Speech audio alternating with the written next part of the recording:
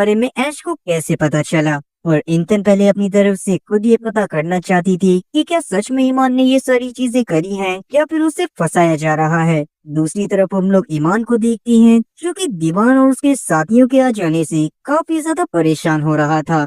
पर दीवान और उसके साथी तो ईमान के मंगवाए हुए महंगे महंगे खाने का मजा ले रहे थे।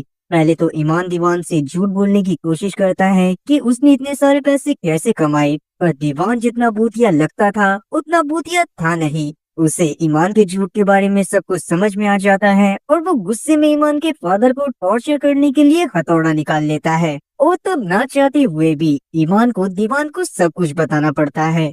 वहीं हम लोग ऐश को देखते हैं जो कि अभी भी लगातार ऑफिस में अपनी एक नई टीम बनाकर उस इंसान के बारे में पता करने की कोशिश करे जा रहा था जिसने पैसों को चुराया था। तब इंतन भी आकर उसकी टीम को ज्वाइन कर लेती है और वो बाकी की सीसीटीवी फुटेज को रिकवर करने में ऐश की मदद करना चाहती थी। मगर अभी तक इंतन ने किसी को ईमान के बारे में नहीं बताया था और ना ही वो तब तक किसी को इस बारे में बताने वाली थी जब तक कि उसे इस बात की कंफर्मेशन खुद नहीं मिल जाती कि ईमान ने ही ये सब करा है या फिर नहीं। वहीं ईमान की बातों को सुनने के बावजूद भी दीवान को इस बात पर भरोसा नहीं हो रहा था कि कोई इंसान इस तरह से भी चोरी कर सकता है। तब ईमान दीवान को अपनी बातों पर भरोसा दिलाने के लिए उसके सामने डेमोन्स्ट्रेट करके दिखाता है कि किस तरह से उसने लोगों के अकाउंट में से एक एक सेंट काट कर इतने सारे पैसे बना लिए थे।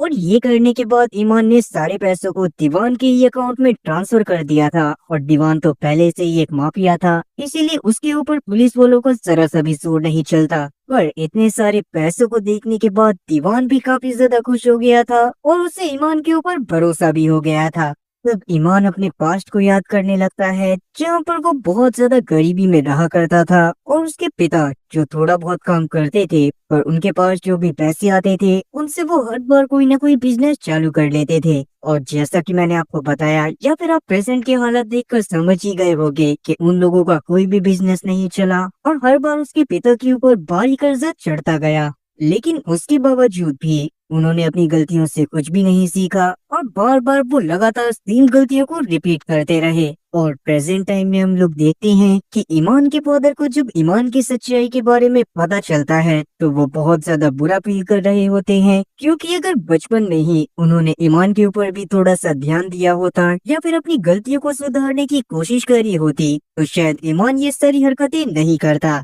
अब वैसे अभी के लिए ईमान के डैड ईमान से सही से बात नहीं कर रहे होते, पर ईमान भी उन्हें कुछ भी समझाने के मूड में नहीं था। वो बस कहीं ना कहीं इसी तरह से गरीबी में जीवन काट कर बोर हो गया था और अब वो अमीरों की तरह रहना चाहता था।